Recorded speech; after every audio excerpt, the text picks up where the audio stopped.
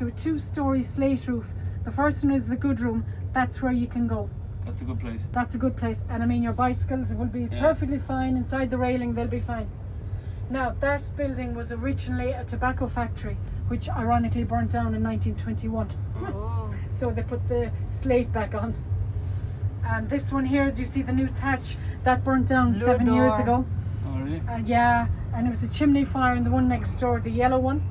Yeah. That set it off, but they put the thatch on early this year. So they're at the inside now, so we'll all be connected again eventually.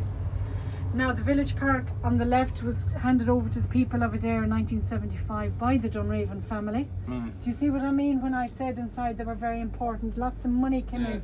So they had loads of money to do all these things. And it was around that time, the late 70s, they handed the castle over to the government. And of course, that's why it's so well minded. Yeah. So our descendants hopefully will see it. Straight up at the top of the village is the village hall, the black and white building. That was built in 1911 for the workers of the estate again. Work back in the day was very hard. You can imagine now, long hours. So they put in a billiard table for them, and they also put in a stage, and the local school children still use that today. And put on Christmas plays and things like that. So after all these years, still being used, which is quite nice. Now, I've only one more thing to show you as we're heading around, and that is a restored 14th century dovecot. Where's that?